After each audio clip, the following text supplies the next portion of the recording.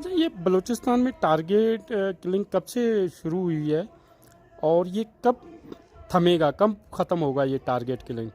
دیکھیے بلوچستان میں تو یہ جو پوسٹ 9/11 کے بعد اور پھر نواب بگٹی کی شہادت کے بعد جس طرح سے کرائسس نے جنم لیا، اس میں دہشت گردی کے واقعات سمیت جو ایتھنک ٹارگیٹ کلنگز تھے، سیکٹیرین ٹارگیٹ کلنگز تھے، وہ اپنے عروج پر ہو گئے. تو یہ واقعات کم ہو گئے ہیں، البتہ کہہ نہیں سکتے کہ کب تک ختم ہوگا، مگر ہوپ فل تو رہنا چاہیے انسانوں کو کہ ایک دن اتنا خون بہتا ہے تو زندگی بھی تو جنم لیتی ہے. اچھا یہ کیا وجوہات ہیں یہاں پہ ہزارہ کمیونٹی کی ٹارگیٹ کلنگ ہوتی ہے، بلوچ نوجوانوں کے مسخ شدہ لاش ملتے ہیں، ان کو مسنگ کیا جاتا ہے، کیا وجوہات ہیں یہاں؟ دیکھیے اس کے بڑے سوشیو پولیٹیکل ایشوز ہے یہاں پر. آپ کو پتہ ہے کہ ایک تو وار اگینسٹ ٹیرر کا جو نریٹو تھا وہ بڑا اسٹرانگلی یہاں پر جو طالبان کی ایمرجنس تھی وہ تھی. پھر دوسرا جو ہے، جو اگر بلوچ کے تناظر میں دیکھیں، جو سیپریٹسٹ موومنٹ، جو آزادی پرست جو طبقے تھے، ان کا جو ایک اسٹرگل کا آغاز ہوا تو اسٹیٹ کی جانب سے ان کو جو کاؤنٹر کرنے کی ایک جہد جاری ہے، جو کنٹینیوٹی ہے کہ ان کو کاؤنٹر کیا جائے. تو یہ ساری چیزیں جو ہے وہ مطلب اس کے زد میں جو ہے وہ بلوچوں نے کافی نقصان بھی اٹھایا، جس میں جبری گمشدگیاں اور مسخ شدہ لاشوں کا جو میوٹیلیٹڈ باڈیز کی بازیابی، یہ چیزیں ہمیں نظر آتی ہیں. اچھا آپ ایک ایڈوکیٹ ہیں، آپ نے ہمیشہ یہاں پہ جو ہے ایک متحرک کردار ادا کیا ہے. آپ نے چاہے ہزارہ کمیونٹی کی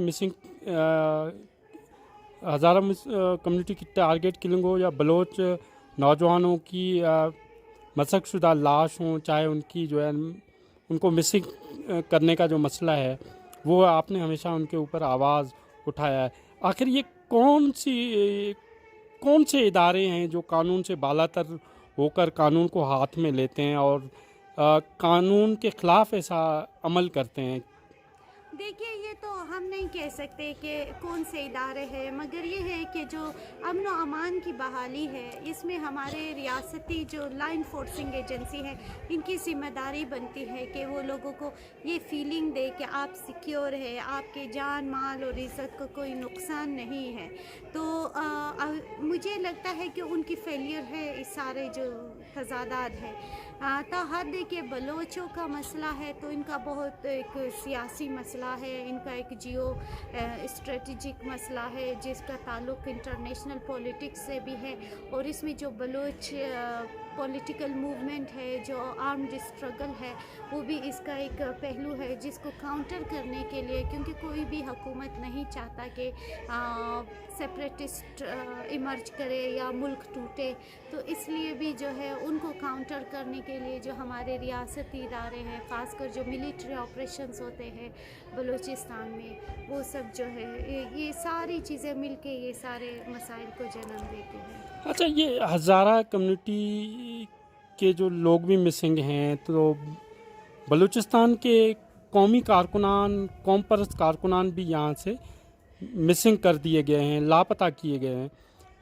تو ان کا کیا پریشر ہوتا ہے عدلیہ کے اوپر، جو ہے سماعت کے دوران کیسز کے اوپر کیا ان کے اثرات ہوتے ہیں؟ ہمارے ہاں بہت بدقسمتی ہے کہ ہماری عدلیہ بالکل بھی بے بس نظر آتی ہے. ان کا کوئی ریٹ نظر نہیں آتا جب کوئی شخص ڈس اپیئر ہو جاتا ہے. اس لیے جو فیملیز ہیں وہ سڑکوں پہ خوار ہوتے ہیں، وہ پلے کارڈز اٹھائے روتے ہیں.